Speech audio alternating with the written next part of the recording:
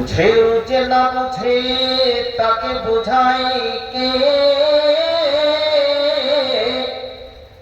বুঝেও যে না বুঝে তাকে বোঝায় কে, জেগেও যে ঘুমিয়ে থাকে তাকে জাগায় কে। বুঝেও যে না বুঝে তাকে বোঝায় কে, জেগেও যে ঘুমিয়ে থাকে তাকে জাগায় কে, তাকে জাগায় কে। জ্ঞানহীন মূর্খ মানুষ শেখে, জ্ঞানহীন মূর্খ মানুষ শেখে দেখে দেখে, শিক্ষিত মানুষ শেখে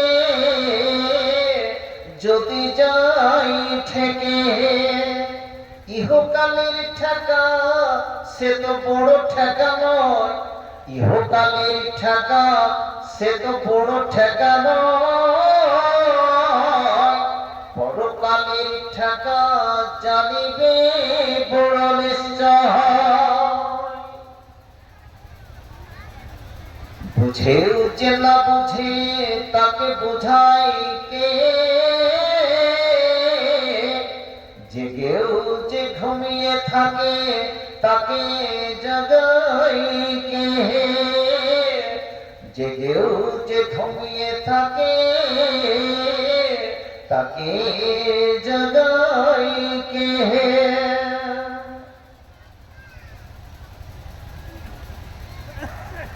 শ্রদ্ধেয় সভাপতি মহাশয়,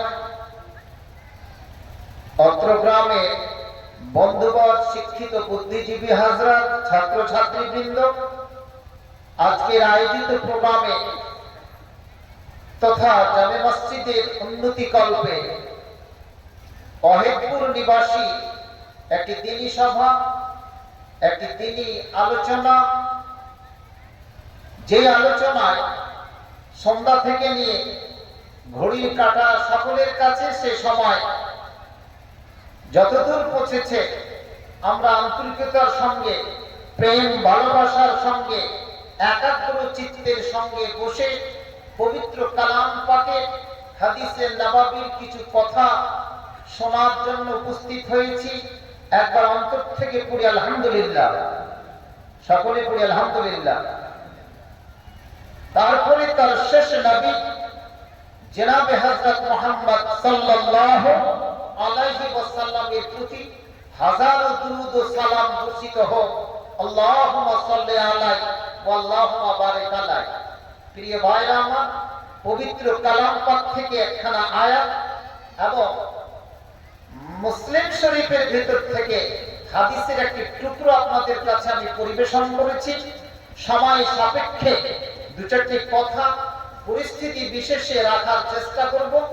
আপনাদের চাই আন্তরিক প্রেম ভালোবাসা, একাগ্রতা এবং সেই জিনিস যা কিছু আলোচনা হবে সেই আলোচনার পর, শোনার পর যেন আল্লাহ তাআলা আমাদেরকে আমল করার তৌফিক দান করে। সকলে পড়েন ইনশাআল্লাহ, বলুন ইনশাআল্লাহ, ইনশাআল্লাহ। প্রিয় ভাইরা আমার, এই মাঠটাকে বলে মনে পড়লো আমি যখন শ্রীপুর মাদ্রাসার চার্জে, তখন আমি কিন্তু সার্ভিস পাইনি। আমার মনে হচ্ছে আমার কাছে সিরাজউদ্দিন নদভী সাহেব ছিলেন, আর একজন শিক্ষক। এই মাঠে আমি বক্তৃতা রেখে গেছিলাম। সেই বক্তৃতাটা কি রেখে গেছিলাম আমার কিন্তু এখনো মনে আছে, ওটা শোনাতে আসেনি। আজকেও তার পাশে মিলানগড়ে এখানে করে একটু আমার কর্মসংস্থান।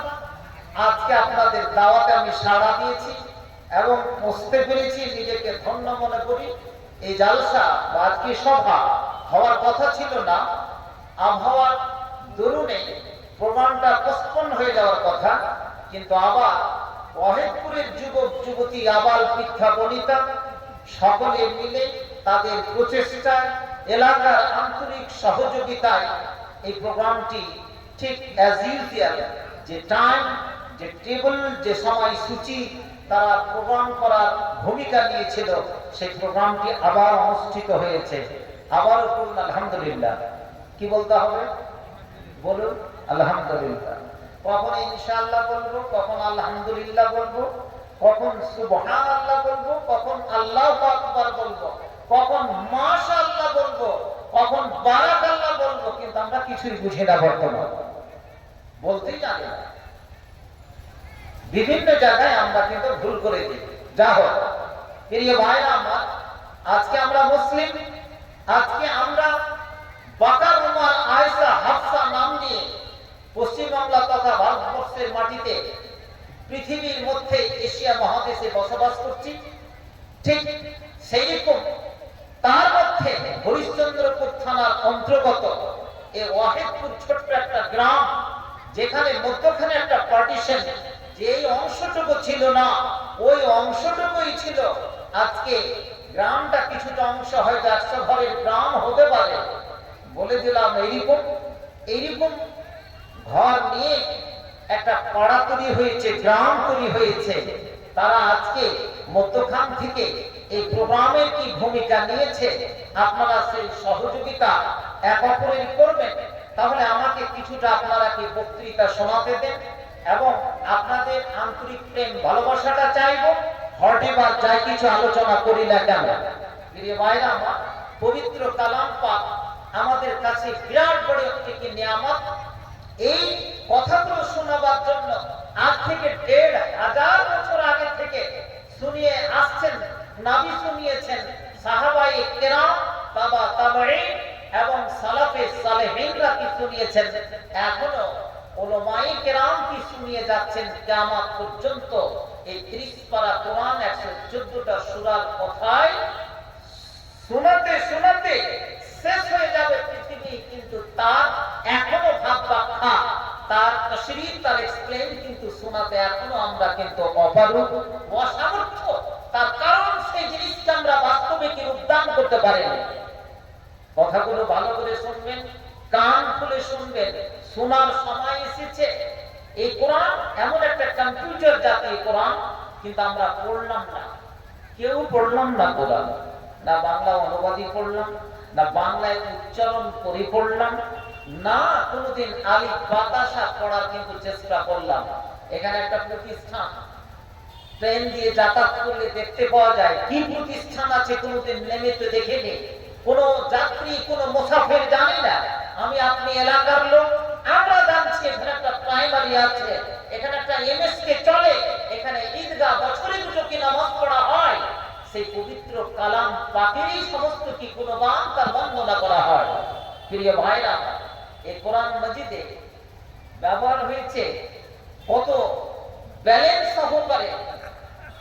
একটা পুরুষকে আরবিতে বলে আর রাজুল, আর তার বিপরীতে মা বোনেরা আছে, তাদের আরবিতে তাকে বলা হয় আল মারআ। আর রাজুল কথাটা কোরআন মাজিদে কম্পিউটার সেটাকে প্রমাণ করছে, এটা 24 বার ব্যবহার হয়েছে। তাহলে তার বিপরীতে 25 কিংবা 26 বার ব্যবহার হয়নি, কতটাই ব্যবহার হয়েছে 24 বার। কালকে খুলে খুলে দেখে নেবেন যে আর রাজুল শব্দটা কতবার ব্যবহার হয়েছে, আল মারআ শব্দটা কতবার ব্যবহার হয়েছে। যে কথাটা পুরুষকে বলা হয়েছে, সে কথাটা মেয়েটাকে বলা হয়েছে। বলুন আলহামদুলিল্লাহ। আলহামদুলিল্লাহ নয়, এটাকে সুবহানাল্লাহ বলতে হবে। কি বলতে হবে? সুবহানাল্লাহ। 24 বার শব্দটা রাজুল ব্যবহার হয়েছে, আল মারআ শব্দটা ব্যবহার হয়েছে তার বিপরীতে, যেহেতু মেয়ে, তার জন্য ব্যবহার হয়েছে কি 24 বার। আর দেখাবো কয়েকটা দৃষ্টান্ত আপনাদেরকে দেখাচ্ছি। জান্নাত জাহান্নামের কথা মৌলভী সাহেবরা আমরা বেশি বেশি আলোচনা করে থাকি। জান্নাতের কথাটা কোরআন মাজিদে শব্দটা ব্যবহার হয়েছে 1000 বার। সুবহানাল্লাহ। সুবহানাল্লাহ পড়া যায় না? কোন ট্যাক্স লাগবে দিদি মোদিকে? লাগবে? লাগবে না। আবার যদি দেখি তার বিপরীতে কিন্তু জাহান্নাম। ভালো কাজ করতে গেলে, জালসা করতে গেলে জান্নাত পাওয়া যায়, আর জালসা করতে গিয়ে যদি জালসা না করতে গেলে জাহান্নাম পাওয়া যায়। ওখানেও 1000 বার ব্যবহার করেছে। বলুন সুবহানাল্লাহ। হালাল হারামের সাথে খুবই সম্পর্কিত মানুষ বাঙালি, হালাল খেয়েও হারাম খেয়ে না। হালাল কথাটি এখানে 250 বার শব্দ ব্যবহার হয়েছে। সূরা আল-হামদ থেকে সূরা নাস পর্যন্ত পড়বেন উল্টে, আর ডাইরেক্ট পাশে রেখে দিবেন আর লিখবেন 250 বার। আমি ওবাইদুল্লাহ ফালাহি বলছি 250 বারই ব্যবহার হয়েছে হালাল, তার বিপরীতে হারাম কথাটি ব্যবহার হয়েছে 250 বার। বলুন সুবহানাল্লাহ। প্রিয় ভাইরা আমার, কত দৃষ্টান্ত দেখাবো। এরকম একটা কম্পিউটার জাতীয় পুস্তক আমাদের হাতে দিয়ে দিয়েছে, কিন্তু আজকে আমরা কোন জায়গাতে অবস্থান করছি আপনাকে শুধু আমি টিপস দেখিয়ে দিচ্ছি। আজকে আমাদের কাছে সবচেয়ে প্রিয় জিনিস কোনটা? এটা না? কথা বলুন, কোনটা এটা? এটাকে সাধারণ মানুষ কিন্তু বুঝে না, বাচ্চারা আমাদের সবচেয়ে বেশি বুঝে, নতুন প্রজন্ম। খাওয়াতে, পড়াতে, স্কুল থেকে আসার পর, স্কুল থেকে যাওয়ার পর, ঘুমাবার সময় প্লেটে তাকে এই মোবাইল না তাকে মা জুড়ে দিলে কিন্তু ওই বাচ্চা খাবে না। ঠিক বলছে না বেঠিক? তাই না? এখানে করে একটা অ্যাপস আছে গুগল। এই গুগলে যে কোনো জিনিস আমরা সার্চ করে নিতে পারি। এই কোরআনটা কতখানি সত্য মিথ্যা কিন্তু বলে দিতে পারে, কিন্তু কতখানি বলবে। আমার আগে পূর্ববর্তী বক্তা বসে জানাই দিব, আমার পূর্ববর্তী বক্তা বলে গেলেন ওয়াকফ সম্পর্কে। ওয়াকফ শব্দটা আরবি শব্দ ওয়াকফা, এটাকে দিয়ে এই গুগলে যদি সার্চ করা যায় ওয়াকফ কি জিনিস, পুরোপুরি কিন্তু আপনাকে ডিটেইলস দিতে পারবে না। এটা একটা বোকা মানুষ, এটা একটা প্লাস্টিক জাতীয় জিনিস। ও যেখানে করে পথ হারিয়ে দিবে সেখানে করে কিন্তু আর সমস্ত জিনিস অন্য পথে চলে যাবে। এটা মানুষের তৈরি করা না, এটা আল্লাহর তৈরি করা। মানুষের তৈরি করা। তাহলে মানুষের তৈরি করা জিনিস কতখানি আপনাদের সঙ্গ দিতে পারে? পুরোপুরি তথ্য কিন্তু দিতে পারে না। এই জিনিস আজকে মানুষকে কি পাগল বানিয়ে দিয়েছে। ছোট ছোট যুবক, ছোট ছোট বাচ্চা শিশু থেকে নিয়ে যুবক যুবতী পর্যন্ত, বুড়ো মানুষ পর্যন্ত এর পিছনে গোলামের মতো কি ছুটে চলেছে মুসলিম। আজ আপনাদেরকে সেই কথাটি বলতে চাইছি। প্রিয় ভাইরা আমার, আজকে এই কথাটিতে সঠিকভাবে আপনাকে তথ্য দিতে পারে না। একটা উদাহরণস্বরূপ কথা বলি। আমরা যখন প্রাইমারিতে পড়ি তখন টাইটানিক জাহাজ নামে একটা টপিক পড়েছিলাম, বিষয়। নাম শুনেছেন টাইটানিক জাহাজ? নাম শুনেন? ওয়াহিদপুরের লোক, এলাকার লোক।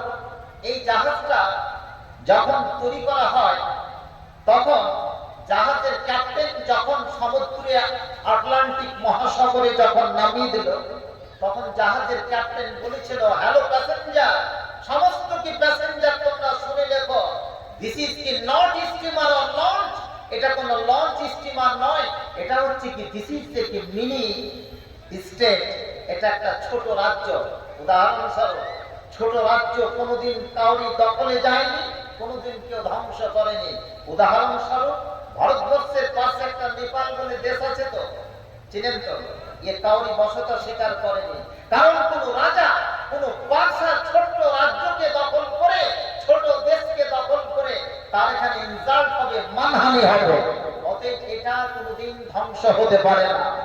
যখন সেখানে করে আজকে টাইটানিকটাকে যদি গুগলে সার্চ করা যায়, কতটুকু আপনি পাবেন ওই কথাটি বলতে চাইছি। দেখে নিবেন বাড়িতে গিয়ে শোয়ার সময় আমার বক্তৃতা শোনার পর। এই টাইটানিককে নামিয়ে দেওয়ার পরে প্যাসেঞ্জারকে বলল, একে মানে একে কেউ ডিস্ট্রয় করতে পারবে না, ধ্বংস করে দিতে পারবে না। এই বাক্যটা বলার পরেই প্রিয় ভাইরা আমার, হঠাৎ রূপে কোনো লোহা নয়, কোনো পাথর নয়, হঠাৎ রূপে একটা বরফের খণ্ডের সঙ্গে তার ধাক্কা হয়। অ্যাবসলিউটলি আইসবার্গ যাকে বলবো, বরফের খণ্ড। সঙ্গে সঙ্গে ক্যাপ্টেন কিছুক্ষণের মধ্যে, 1 মিনিটের মধ্যে আবার ঘোষণা করছে, within 15 minutes it will be destroyed. এই তোমরা সবাই সতর্ক হয়ে যাও, অ্যালার্ট হয়ে যাও। 15 মিনিটের মধ্যে টাইটানিক জাহাজটা আটলান্টিক মহাসাগরে কি ডুবতে যাচ্ছে। মানুষের তৈরি করা একটা জাহাজ অহংকার স্বরূপ বলল যে পৃথিবীর কোন শক্তি তাকে ধ্বংস করতে পারে না। এটা একটা মিনি স্টেট, এটা একটা মিনি রাজ্য দেশ। এরকম জাহাজ তৈরি করেছিল সেই যুগে। প্রিয় ভাইরা আমার, সেই জাহাজটা কিন্তু একটা বরফখণ্ডের সঙ্গে ধাক্কা লেগে সেই বরফখণ্ড থেকে তাকে ভেঙে টুকরো করে দিয়ে সেই বরফের ভেতরে ঢুকে যায়। প্রিয় ভাইরা আমার, কেন বললাম এই কথাটি? কেন বললাম যে আজকে টাইটানিকের মতো জাহাজ এখনো বরফের ভিতরে আটলান্টিক মহাসাগরে কিন্তু পড়ে আছে। তাকে ইচ্ছা করলে কি উঠাতে পারে? সম্ভবপর না, দ্যাটস ভেরি ইম্পসিবল। কিন্তু মানুষের তৈরি করা সেই যুগে কৃত্রিম বুদ্ধিমত্তার উপরে তৈরি করা হয়নি, তাকে তৈরি করা হয়েছিল কি দিয়ে? সাধারণভাবে তৈরি করা হয়েছে। বর্তমান যেটা আর্টিফিশিয়াল ইন্টেলিজেন্সি যাকে বলবো, কৃত্রিম বুদ্ধিমত্তা বা আইটি, এর উপরে সেটাকে তৈরি করা হয়নি, সেটাকে সাধারণভাবে তৈরি করা হয়েছিল। সেই জিনিসটা কিন্তু মানুষের চক্ষু থেকে হারিয়ে গেছে। আজ ভাই আপনাকে বলতে চাইছি, এটাই হচ্ছে কথা। আজকে গুগলে সার্চ করলে আপনাকে কোনো ধর্ম দিতে পারে না, যেটা দিতে পারে না নাই পরায়ণতা, দিতে পারে না সত্যবাদিতা, দিতে পারে না পবিত্র কোরআন, দিতে পারে না কোনো জালসার সঠিক সন্ধান, দিতে পারে না জাতির কোনো পরিকাঠামো। অতএব এই গুগল আপনাকে পাগল বানিয়ে দিতে পারে প্লাস্টিকের একটা জিনিস, যার পিছনে বর্তমান যুবক যুবতী তার পিছনে কি ছুটে চলেছে, আইপ্যাডের পিছনে ছুটে চলেছে, আইফোনের কি পিছনে চলেছে। প্রত্যেকটা যুবক যুবতীকে আমি আজকে বলতে চাইছি, যে জিনিস আপনাকে পূর্ণাঙ্গ জিনিস দান করতে পারে না, হয় না, তুমি কেন তার পিছনে ছুটে যেতে পারে? যে জিনিস আপনাকে দিতে পারে সেটা হচ্ছে that is the holy Quran. This is the difference between Islam and others. এটাই হচ্ছে কি পার্থক্য, যেটা কোরআন এবং সায়েন্সের মধ্যে কি এটাই কি পার্থক্য? নারে তাকবীর। প্রিয় ভাইরা আমার, বক্তৃতার ভূমিকা আছে, আপনাকে আমি বলতে চাইছি, যার পিছনে ছুটে চলেছি, যার পূর্ণতা আমাকে দান করতে পারে না, তাহলে তার পিছনে হয় না কেন আমি ছুটবো? আমি এই কথাটি বার্তাকে আপনাকে দিতে চাইছি, যার গোলাম কি হতে চলেছে। আজকে একটা মোবাইলকে রিচার্জ করতে গেলে 300 টাকা লাগে নাকি? মিনিমাম 300 টাকা লাগে, তাই তো? কথা বলুন। এমন সময় আসছে, এমন একটা দুনিয়া আমাদের কাছে আসছে, যেই মোবাইলে কোনো সিম থাকবে না, তাহলে তো ভালো।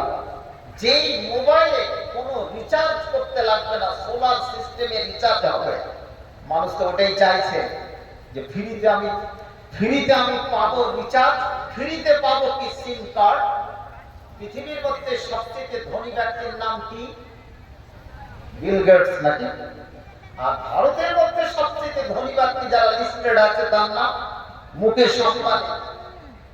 তার মধ্যে একজন পৃথিবীর মধ্যে অন্যতম একজন ধনী ব্যক্তি, তার নাম হচ্ছে এলন মাস্ক। পৃথিবীতে এমন একটা স্যাটেলাইট তৈরি করছে আকাশের ভিতরে, যেখান থেকে সম্পূর্ণ উইদাউট সিমে, উইদাউট রিচার্জ একটা কি মোবাইল চলবে, এবং সেখানে একটা নতুন দুনিয়া। আপনি ওয়াহেদপুর থেকে কথা বলছেন, বাড়ি থেকে, সমস্ত জিনিস আপনাকে কি দেখতে পাবে, ও কোন জায়গা থেকে কথা বলছে স্যাটেলাইট দিয়ে। এত উন্নত মানের কি সিস্টেম আছে, নতুন কি পৃথিবী। আপনার মোবাইলে আপনার অ্যাকাউন্টে যতগুলো টাকা আছে, লক্ষ লক্ষ টাকা, যে কোনো সময় আপনার অ্যাকাউন্ট থেকে টাকা হ্যাক করে নিতে পারে পৃথিবীর মাঝে। সেই জিনিস আসছে। পৃথিবী এত এগিয়ে চলেছে। আমি ওয়াহেদপুরের মাটিতে কি পড়ে আছি, প্রত্যেক বছর একটা জালসা করি, তার জন্য 5টা 10টা গরু জবাই করে দিই, আমাদের দৌড় এতটুকু। কিন্তু আমার পকেট থেকে টাকাগুলো আমার জ্ঞান ভান্ডারকে আজকে কে নিয়ে নিবে? আজ সেই ধরনের কি যন্ত্র প্রযুক্তি টেকনোলজি আসছে প্রিয় ভাইরা আমার। হয়তো আপনি পেয়ে যাবেন, হয়তো যারা কবরের মুখে চলে যাচ্ছে তারা হয়তো পাবে না, কিন্তু সময় আপনাকে আসছে, ওই সময়ের সাথে প্রত্যেকটা যুবক যুবতীকে চলতে হবে আর্টিফিশিয়াল ইন্টেলিজেন্সের সঙ্গে, যেন প্রত্যেকটা ছেলে মেয়ে সেইভাবে আমাদেরকে ব্রেইন দেখে তৈরি হয়। নারে তাকবীর। প্রিয় ভাইরা আমার, বলতে চাইছি, সেই সময়ের ক্ষেত্র বিশেষে যখন এতটুকু পরিবর্তন আসছে, তাহলে আমাদের কি ধরনের কি পরিবর্তন সেখানে করে নিয়ে আসতে হবে, কিভাবে কি তৈরি করতে হবে কি সেই প্রজন্মকে, সেই দিকে কি আমাদেরকে এগিয়ে যেতে হবে। আমি আয়াত পাঠ করেছিলাম, আল-ইয়াওমা আকমালতু লাকুম দীনাকুম ওয়া আতমামতু আলাইকুম নিয়ামতি ওয়া রাদিতু লাকুমুল ইসলাম দীনা। ওরে যুবক যুবতী, জেনে রাখো, যদি আমরা প্রযুক্তির যুগে হয়ে যাই, যদি আমরা টেকনোলজির যুগে হই, নতুন কি প্রযুক্তির যুগে, এটা কিন্তু কোরআন বলে দিয়েছে, পৃথিবী যত যত উন্নতি করবে, প্রযুক্তি তত তত বাড়বে। কিন্তু তুমি এটা জেনে দেখো না, ওরে ওয়াহেদপুর নিবাসী, ওরে এলাকার যুবক যুবতী, জেনে রাখ, কোরআন কিন্তু প্রত্যেকটা যুগের সঙ্গ দিবে, প্রত্যেকটা যুগের সাথে থাকবে। কিন্তু যদি আমি মনের মতো করে যদি কোরআন স্টাডি করতাম, কোরআন যদি আমি পড়তাম, প্রত্যেকটা জিনিসকে বুঝে বুঝে পড়তাম, তাহলে আজকে প্রযুক্তি যত এগিয়ে যাবে প্রত্যেকটা জিনিসের সাথে তার সম্পর্ক থাকবে। এটাই ইসলাম, এটাই ধর্ম, এটাই সত্য কথা। কিন্তু আমাদের মাঝে কোনো পরিবর্তন নেই, জানার জন্য কিছু নেই। ওরে যুবক যুবতী, জেনে রাখো, জেনে রাখো, তুমি আজকে কম্পিউটার সায়েন্সের টিচার হলে বটে, তুমি আজকে কি ম্যাথমেটিক্সের টিচার হলে বটে, ইংরেজির টিচার হলে, ম্যাথমেটিক্সের ইত্যাদির টিচার হলে বটে, কিন্তু কোরআনের তুমি পাও বুঝো না, হাদিসের তুমি হাও বুঝে না। তোমার সাথে যখন এই কন্ট্রাডিকশন, সংঘর্ষ হয়ে গেল, তখন তুমি দুই কদম পিছনে পড়ে গেলে, ইসলাম সম্পর্কে জানতে পিছনে পড়ে গেলে। অতএব তোমার যদি এটা পরিবর্তন আনতে হয়, তোমাকে অ্যাডজাস্ট করতে হয়, তাহলে তোমাকে কোরআন পড়তে হবে, অর্থগুলো তোমাকে বুঝতে হবে, তাহলে তুমি সমাজ পরিচালনা করতে পারবে, তোমার ছেলে মেয়েকে তুমি এগিয়ে নিয়ে যেতে পারবে, নতুন প্রজন্মকে নতুন বার্তা দিতে পারবে। এটাই তোমার পরিচয়, পরিচয়। কিন্তু আমরা ইচ্ছে করে না, ম্যাথমেটিক্সের ছেলে কোরআন যদি পড়ে তো সম্মান চলে যাবে, কম্পিউটার সায়েন্সের ছেলে, হিস্ট্রি, পল সায়েন্স, জিওগ্রাফির ছেলে চাকরি পেয়েছে একটা, এগুলোর প্রয়োজনই কি আছে? মাসে তো আমি 60-70 হাজার টাকা করে পাই, এটা কি পৃথিবী? এটা কি সেখানে নিয়ে যেতে পারবে? আহা, কোন জায়গাতে আছে বাঙালি? আজকে কত পিছিয়ে আছে। আহা, কেন পিছিয়ে থাকার কারণটা কি হলো? আজকে দিনী শিক্ষার কারণের জন্য, দিনী শিক্ষা না থাকার কারণের জন্য আজকে আমাদেরকে ঈমানগুলোকে আজকে কি যুগে যুগে কালে কালে সমস্ত রূপের আজকে শেষ করে দেওয়া হলো। প্রিয় ভাইরা, কি বলতে চাইছে আমি নিজেও কিন্তু বুঝছি না আপনাদেরকে কোন বার্তাটা দেব। বর্তমান পরিস্থিতিতে কি প্রত্যেকটা যুবক যুবতী কি পর্যায়ে আজকে কি অবস্থান করছে আমি নিজেও ভাবতে পারছি না। কেন আজকে অবস্থাটাকে হলো, কেন? এর জন্য দায়ী কে? মসজিদ বছরে সুন্দরভাবে টাইলস করে দেওয়া, সুন্দরভাবে এসি করে দেওয়া, সুন্দরভাবে 2 তলা 3 তলা মসজিদ করে দেওয়া, তার নাম কি ইসলাম? বলুন না। প্রিয় ভাইরা আমার, আজকে আপনাকে বক্তৃতা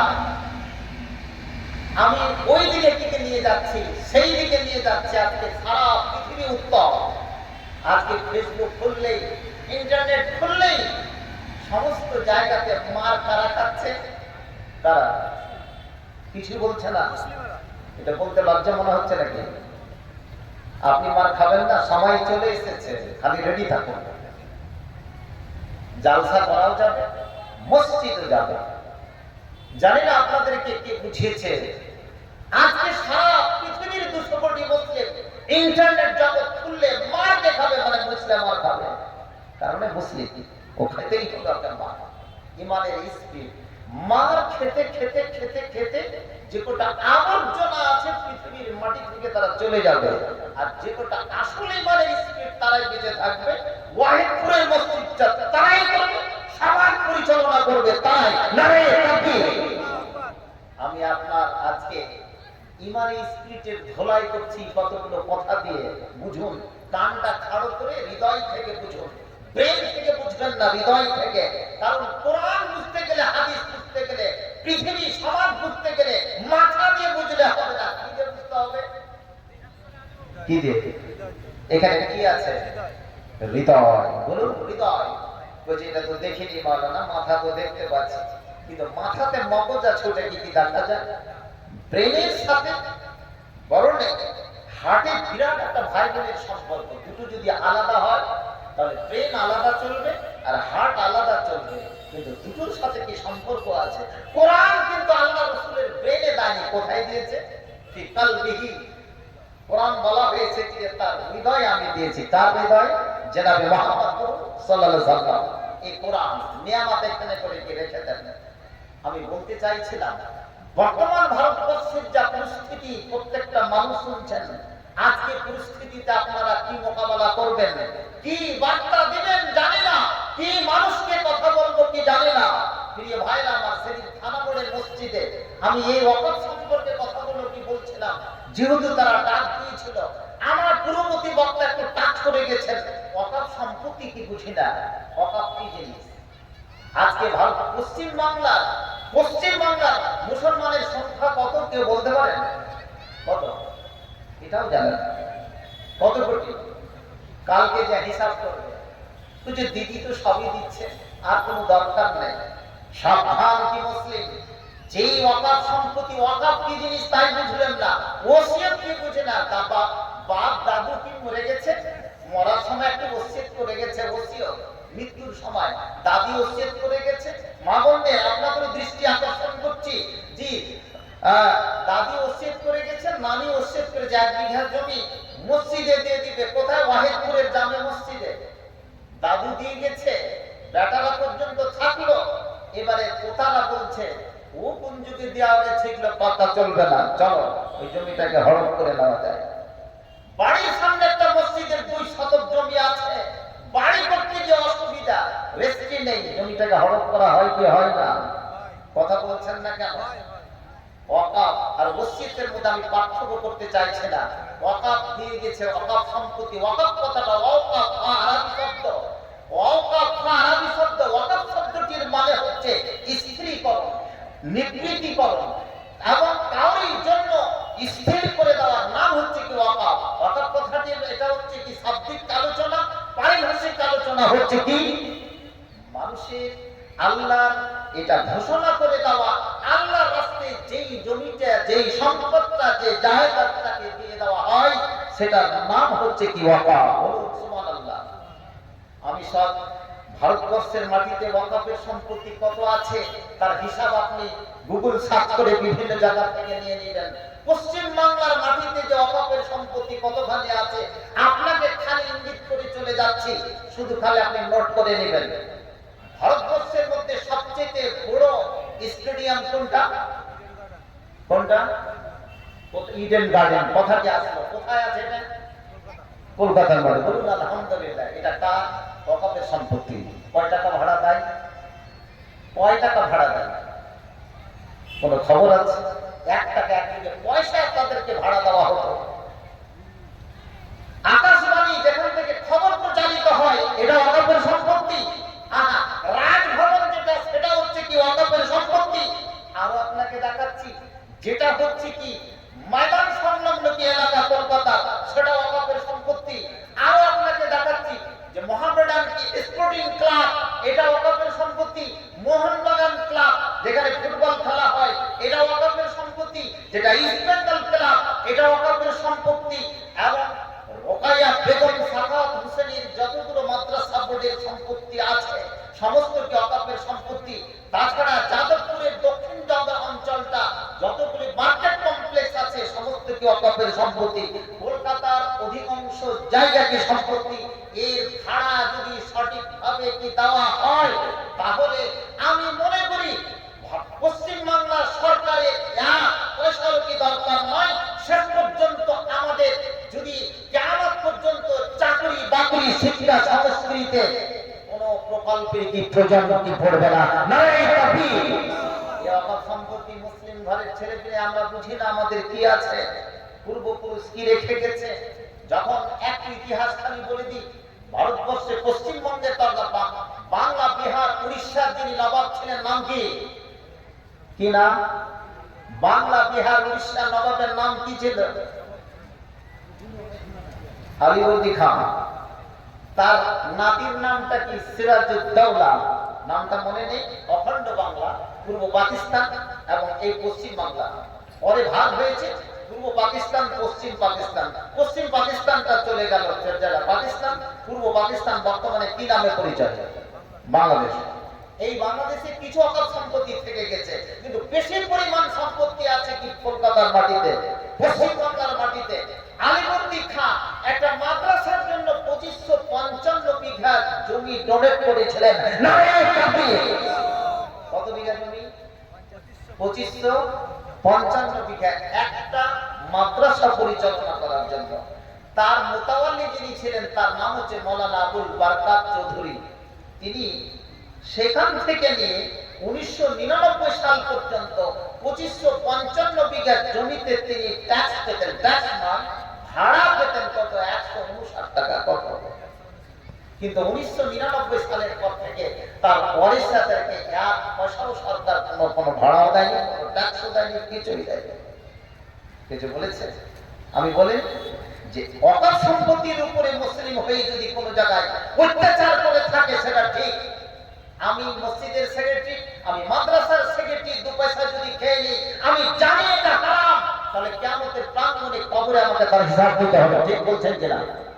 কিন্তু তুমি আজকে নন মুসলিম হয়ে আমার ওয়াকফ সম্পত্তিকে তুমি দাবি করবে, আমার সম্পদকে তুমি কি কেড়ে নেবে? প্রিয় ভাইরা আমার, আজকে ভারতবর্ষ সরকার যদি ওয়াকফ বিল নিয়ে আসাতে এখনো মুসলিমদের মাথাতে বাঙালির মাথা থেকে টনক পড়েনি, এই মসজিদের জালসা করে তুমি কি করবে? কালকে তো তোমার মসজিদ থেকে নিতে পারে, তোমার মাদ্রাসাটাকে নিতে পারে। দুর্দিন চলে এসেছে। প্রত্যেকটা মুসলিম যুবক যুবতীকে বলছি, ওয়াকফের আপনি স্টাডি করুন। যে বিল পার্লামেন্টে এনেছে, এ বিল যেমন তেমন বিল নয়। যেমন 1914 থেকে নিয়ে 18 সাল পর্যন্ত প্রথম বিশ্বযুদ্ধতে হাজার হাজার লক্ষ লক্ষ লোক মারা গেছে। তারপরে 1939 থেকে 46 সাল পর্যন্ত দ্বিতীয় বিশ্বযুদ্ধের সময় হাজার হাজার লক্ষ লক্ষ লোক মারা গেছে বোমের তলাতে। প্রিয় ভাইরা আমার, আজ কৃষি বিল আনাতে যেমন প্রচুর লোককে মারা গেল, আজকে কিন্তু জীবন মরণের লড়াই প্রত্যেকটা মুসলিম যুবক যুবতীর কাছে এসেছে।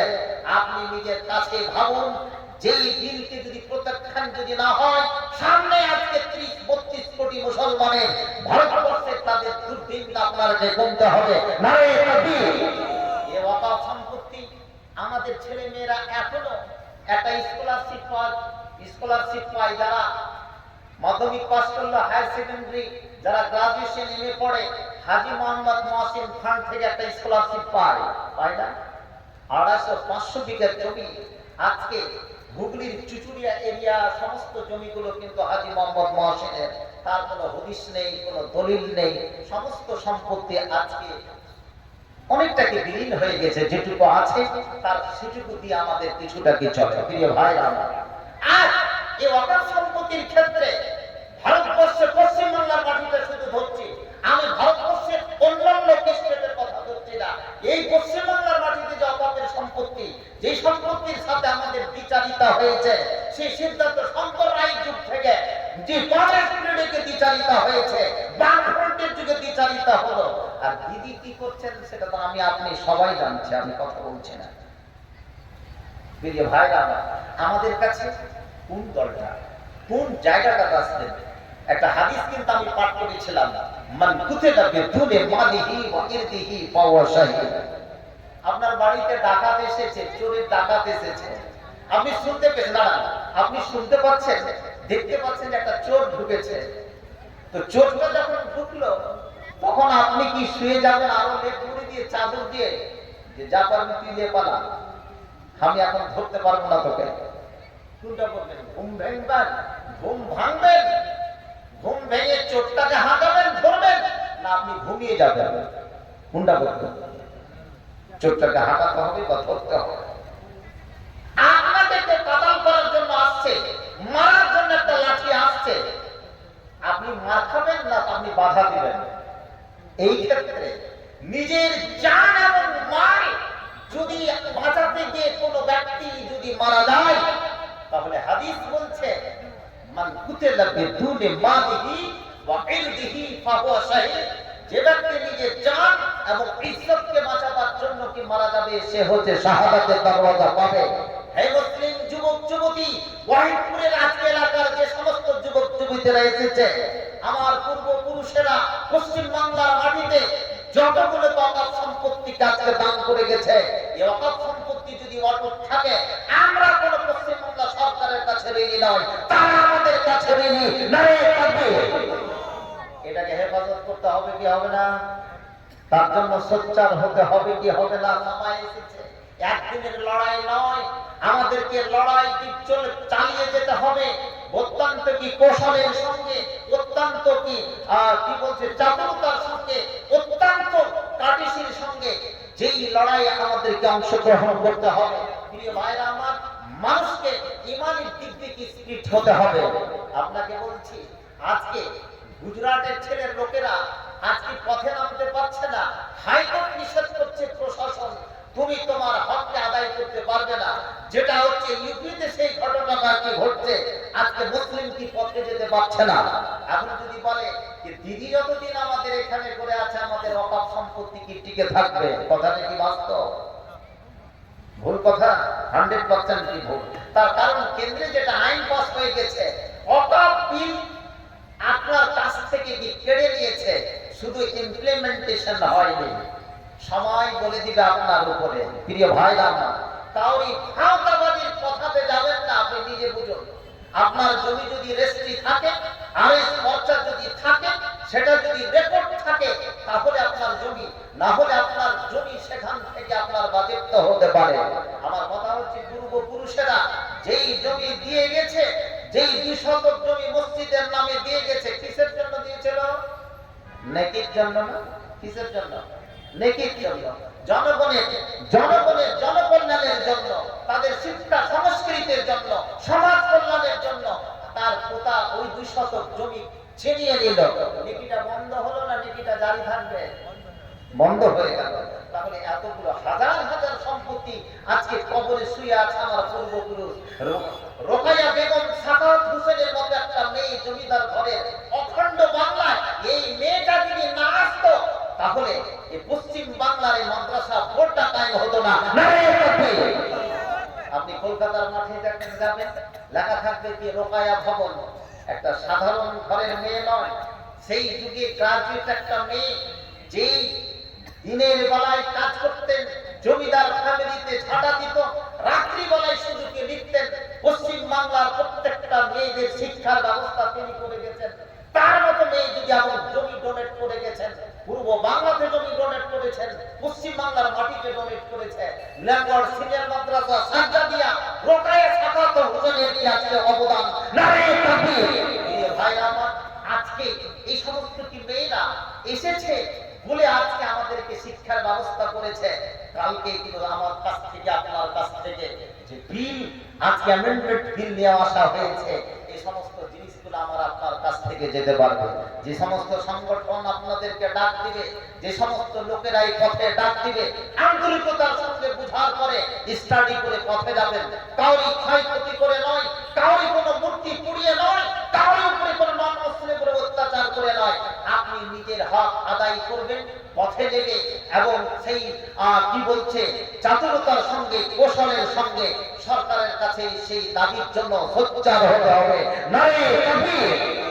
প্রিয় ভাইরা, আমি এই কথাটি আপনাদেরকে জানালাম খুব সংক্ষিপ্ত করে। শরীর আমার আজকে কি সঙ্গ দিচ্ছে না, যেহেতু আপনাদের আজকে জালসার একটি উন্নত কল্পে সময় সেদিকে এগিয়ে যাচ্ছে। 2-4টি কথা আরো আপনাদের কাছে এগিয়ে নিয়ে যাচ্ছি। আপনার উপরে অনেক অত্যাচার আসবে, অনেক রকমের আপাত বিপদ আসবে, একটু আপনাদেরকে আমি এগিয়ে নিয়ে যাচ্ছি।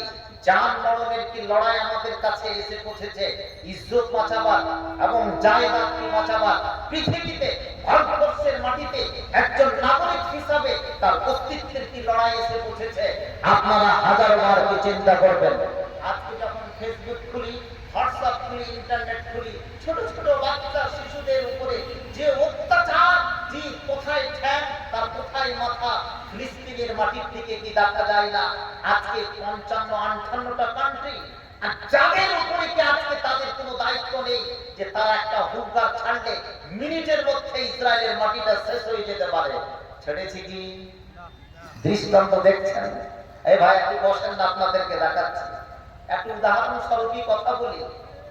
একটা লোক চিরদিনই খুব হুঙ্কার ছাড়ে আর খুব বড় বড় কি লেকচার দেয় ব্যবসা বাণিজ্যের কে নামে, ভোট ব্যাংকের নামে। তুরস্কের প্রেসিডেন্ট, তার নাম কি কি কিচ্ছু জানে না, এরদোগান কি না? এর জ্বালানিতে, পেট্রোলে ইসরায়েলের বিমান চলছে, আর বিমানের বোমাটা পড়ছে তার উপরে, গাজাবাসীর উপরে। তাহলে এই পরোক্ষভাবে খুনি হলো কি হলো না? খুনি না। আমি টাকা দিয়ে সহযোগিতা করছি, পরামর্শ দিয়ে সহযোগিতা করছি, লোকটাকে কাতাল করতে হবে, কিন্তু আমি মাঠে নেই। কিন্তু কাতালের ভুলটাকে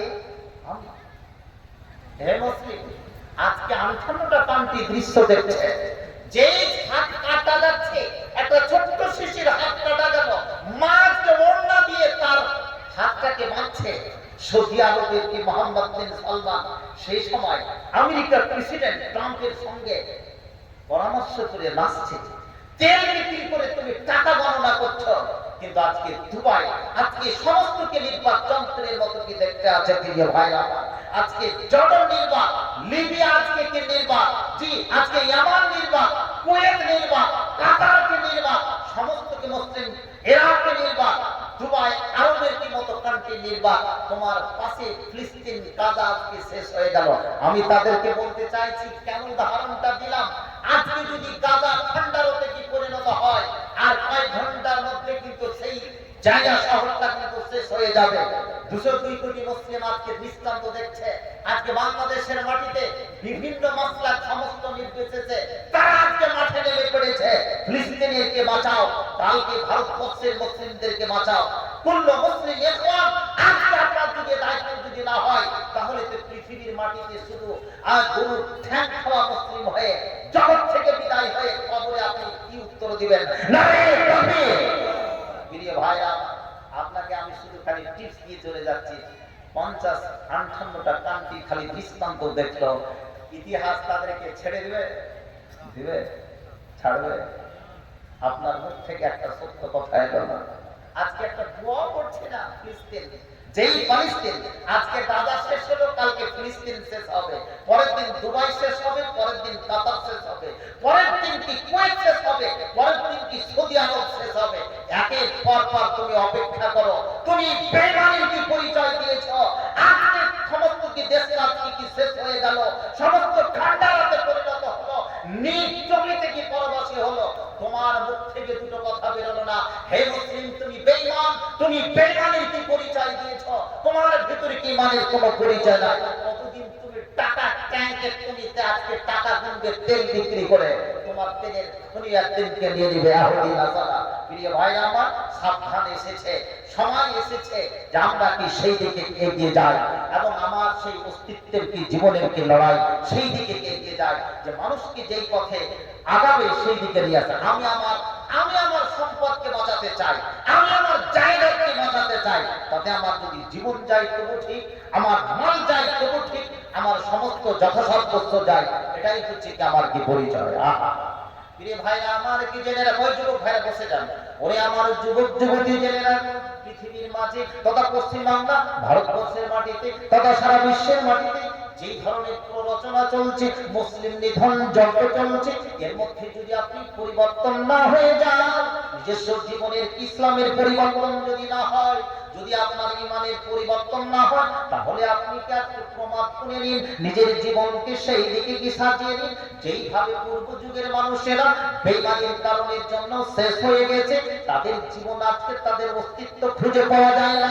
ওরে যুবক যুবতী জেনে রাখুন, জেনে রাখুন, তোমার জীবনে কতগুলো জিনিসের পরিবর্তন হলো। 30 বছর চলে গেল, 40 বছর চলে গেল, 50 বছরে পা দিয়েছো, 60 বছরের পরে তুমি পটল তুলবে। তাহলে তোমার যদি পরিবর্তন না হয়, এই ধরনের জিনিসের যদি পরিবর্তন না হয়, তাহলে তোমার জীবনে শতবার ভিড়, তোমার জীবন আজকে জ্বলে পুড়ে শেষ হয়ে গেল। অতএব তুমি নিজেকে একবার তৈরি করে নাও, নিজেকে মুমিন হিসাবে তৈরি করো, এটাই তোমার পরিচয়। বক্তৃতা শেষের দিকে নিয়ে যাচ্ছি, বেশি কথা বলবো না, খুব চুম্বকের উপরে। আরে ভাই, আজকে মুর্শিদাবাদে একটা কাণ্ড ঘটেছে, দেখেছেন তো? দেখেননি? সামান্য কাণ্ড। এবার আমি কতগুলো কথা বলেছিলাম, যে কোনো মুহূর্তে বিশেষে যে কোনো সমাজে একটা গন্ডগোল পাকিয়ে দেওয়ার কিন্তু চেষ্টা করছে, খুব সাবধান। আপনারই মতো টুপি পরে, পাঞ্জাবি পরে, he is not Muslim or she is not Muslim, কিন্তু আপনার দলে ঢুকে আজকে কিন্তু একটা ক্ষয়ক্ষতি করে দিল। আপনি কোন জায়গায় প্রতিবাদ করছেন, সেখানে করে ঢুকে গিয়ে দেখা গেল যে কাউরি বাড়ি জ্বালিয়ে দিল, কাউরি কোন জায়গায় পেট্রোল লাগিয়ে দিল, কিন্তু এর জন্য দায়ীটা কে করবে? মুসলিম। আপনি তো চাইছেন কি যে আপনার অধিকার, কিন্তু মধ্যখানে ঢুকে ফুট টেনে দিয়েছে। ওই জন্য বলেছি, কৌশলের সঙ্গে চাতুরতার সঙ্গে আপনি আপনার অধিকার আপনি কি নিয়ে নিতে পারেন। আর ভারতবর্ষের বিভিন্ন স্টেটে কিন্তু মুসলিমরা আজকে পথে নামতে পারছে না, তাদের উপরে কি বিরোধ শুরু হয়েছে, তাদের উপরে কি অত্যাচার শুরু হয়েছে। তাই বলে কি তারা কি থমকে দাঁড়িয়ে যাবে? না, সেই পথে কি আসবে। আজকে মুসলিম নিজের অধিকার চাইতে গিয়ে নির্যাতনের কি শিকার হচ্ছে, তখন তাকে কি বলা হচ্ছে? জঙ্গি কিংবা সন্ত্রাসবাদী, তাই না? আপনি এত অত্যাচার ছেড়েছেন, এত অত্যাচার সহ্য করেছেন, এত নির্যাতন স্বীকার করেছেন, কিন্তু আপনি যখনই প্রতিবাদ করতে গেলেন তখনই আপনাকে বলল কি এটা জঙ্গি কিংবা সন্ত্রাসবাদী দাহাসাদ্দার। ঠিক বলছে না বেঠি? আপনাকে সেটাই কিন্তু আখ্যা দিবে। কিন্তু পৃথিবীর ইতিহাস কোনোদিন ভুল কথা বলে। আমরা জেনে রেখেছি জার্মানির প্রেসিডেন্ট হিটলার কতটি ইহুদিকে হত্যা করেছিল দ্বিতীয় বিশ্বযুদ্ধের সময়। কত 7 লক্ষ ইহুদিকে। আর কিছু ইহুদি ছেড়ে দিয়েছিল যাতে সারা বিশ্বের মুসলিম বুঝে ইহুদিরা কত ভয়ঙ্কর। ওই ইহুদিটি পালিয়ে কোথায় স্থান নিয়েছিল, যেটা ম্যাপে জায়গা পায় না, সেটা ইসরায়েলের মাটিতে। আজকে ফিলিস্তিন গাজা নিজ দেশে আজকে পরবাসী, তাদেরকে বুঝতে জায়গা দিয়েছিল ম্যাপে একটি ফুটকির জায়গা। প্রিয় ভাইরা, এবারে মুসলিমরাকে বলল কি এরা দাহাসাদ্দার, এরা হচ্ছে কি অন্যায়কারী, এরা হচ্ছে সন্ত্রাসবাদী। আপনাকে কি দেখাচ্ছি জোসেফ স্টালিন 20 মিলিয়ন লোককে হত্যা করেছিল এবং কতগুলো লোক ধুকতে ধুকতে চলে গেছে। কোন মিডিয়া তাকে বলেনি কি এরা খ্রিস্টান কি টেররিস্ট, কোনদিন মিডিয়া বলে না। আপনাকে দেখাচ্ছি এই রোহিঙ্গাদের উপরে যে অত্যাচার চললো, কোথায় সেটা? মিয়ানমারে। কোন মিডিয়া বলেছে? কোনদিন মিডিয়া বলেছে অংশসূচির লোককে কি যে তারা বৌদ্ধ টেররিস্ট কিংবা দাহাসাদ্দার সন্ত্রাসী জঙ্গি বলেনি? উল্টে মুসলিমকে কিন্তু বলা হয়। অতএব তুমি কি সাবধান। আপনাকে দেখাচ্ছি প্রথম বিশ্বযুদ্ধ কারা শুরু করেছিল, মুসলিম না নন মুসলিম? বলুন কথা। ইহুদি খ্রিস্টানরা। দ্বিতীয় বিশ্বযুদ্ধ শুরু হয়েছিল মুসলমানেরা শুরু করেছিল না নন মুসলিম? নন মুসলিম। হিরোশিমা নাগাসাকিতে 6 আগস্ট আর 9 আগস্টে যে বমটা ব্লাস্ট হয়েছিল সেটা মুসলমান ব্লাস্ট করেছিল না ইহুদি না নাসারা? কথা বলছেন না? মুসলমান করেছিল। আফ্রিকার 100 মিলিয়ন লোককে হত্যা করেছে এবং আটলান্টিক মহাসাগর পার করতে গিয়ে